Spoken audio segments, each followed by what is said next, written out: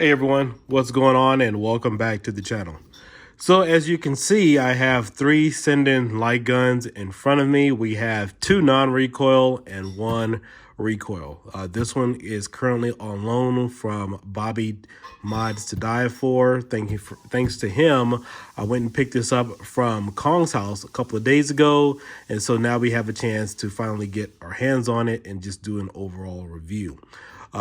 So the cool thing is these are the three SInden Light Guns. We have two blacks, we have one blue. This one is a recoil. These two are obviously non-recoil. I've had these working on PC and Pi, and I've gotten this one working on PC. However, I haven't had a chance to hook this up to the Pi yet. When I did, it didn't work initially, so I'll have to give some more time to fully review that. But just wanted to give you guys my overall impressions about what the differences are between these two awesome guns. So the first thing is, obviously, this one is a little heavier because it has a solenoid in it. And the one on the left is obviously a little bit lighter. You don't have the additional weight. I mean, that could be a good thing or a bad thing. I mean, I actually prefer the recoil version because it is a little heavier, but just wanted to give you guys a overall idea about what I think about it. So as you can see, the recoil mechanism on this one is a little bit looser. It doesn't catch or anything. This one was the first SInden Light Gun that was sent to me. This one kind of catches just slightly, just a little bit. If you notice, it's not as fluid as this one. That could probably be adjusted, because I do know that there is a difference between this one and this one here. This one doesn't catch it all, but sometimes this one does. So just some noticeable impressions.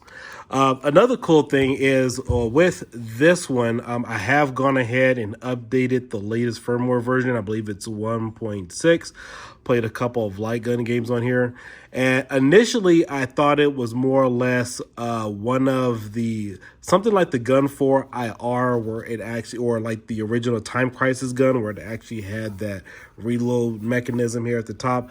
But it doesn't. So what it does is it does vibrate internally. And so it is a cool feature to have if you guys are playing light gun recoil games. So obviously you have your two buttons here on the side. You have your D-pad, you have your trigger. Trigger feels really great. And then of course you have your additional two buttons here on the side, just like you do with these two buttons here. The quality is about the same for each and every one of them. I haven't noticed any different craftsmanship, but it definitely feels really good to hold.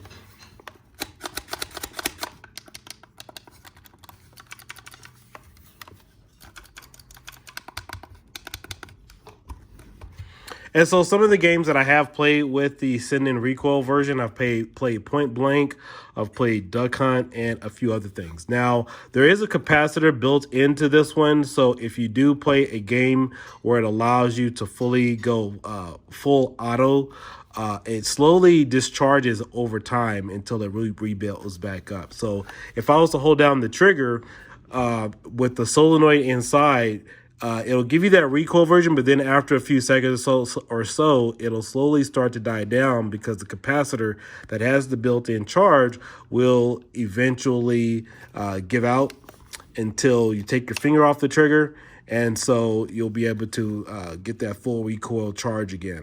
Not too much of a big downfall, but if you're looking to get that full automatic recoil game experience for the entire time, that's something that's not going to happen. The recoil version still works if you are going to go full auto, but it'll just go kunk kunk. Instead of going da da da da da da da da, it'll just go kunk kunk, you know, very slowly after a while. So that's something you guys should definitely know. Another good thing about this gun is that it obviously has new additional features with the software. I did get a chance to play around with it. I'll show you guys that a little bit later, probably in another video. But I did try to change the firmware version on the two non-recoil guns. I know that there was mention that you could change the firmware ID. However, when I went in to change the firmware ID myself, it didn't allow me to do that. So maybe there's some miscommunication or something going on, because I do remember that being mentioned. And then when I tried to do it, I couldn't change the firmware ID. That could be a problem as far as having two guns of the same caliber. There may be an additional way to do that for the non-recoil guns, but I'll keep you guys posted once I do figure that out. But all in all, this is a good gun to have, especially right now if you are using it on PC. I know these guns are very hard to come by, but it feels really good just holding it. And I mean, I like the blue color because it reminds me of the Time Crisis games and what you could get from the arcade or the console experience. But all in all, it's definitely a good gun as far as you're using it on PC. There's an abundant number of games where you can use this for PC, like if you're using this for Technoparrot, or if you are using this for some of the other MAME emulated guns as well. The other thing that I did notice is also you want to keep in mind too when you're setting this gun up for PC. I have not used this for the Pi, so I really can't speak too much for that. I did get this gun working as far as the RetroPie Mini, but as far as actually linking it up and syncing it up, I've been having some difficulties with that. But as far as the PC, there are 3 different levels to adjust your sensitivity and adjust your calibration. And calibration is going to be something different for everyone depending upon what kind of TV that you do have. I think on my TV, I use either 1.7 or maybe 2 for the X and Y axis. But you have your software, which initially comes with the SInden software and with the SInden gun. And then, of course, you also have the PC mouse settings, the speed sensitivity that can affect your overall calibration as well.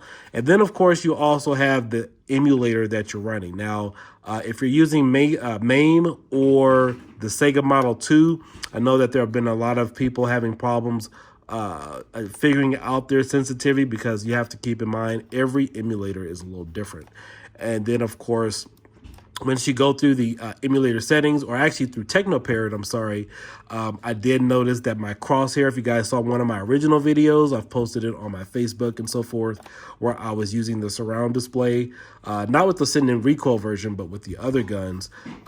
You do have to adjust your PC mouse settings, and then, of course, also adjust possibly your raw input for Technoparrot. So you have a number of options that are out there as far as different levels of calibration for calibrating the gun.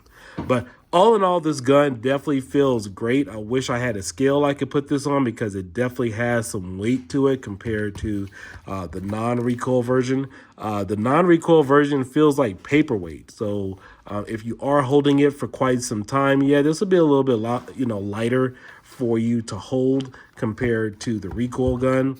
But if that's not a problem for you, if you guys, want to have something where it has some weight, I mean, I honestly prefer this because it feels more like a real gun because it has some weight to it. But, depends on, your strength or how long you guys want to hold it or get your enjoyment. But all in all, these are both great guns. Expect to see these on my channel pretty soon, as well as some additional follow-up reviews.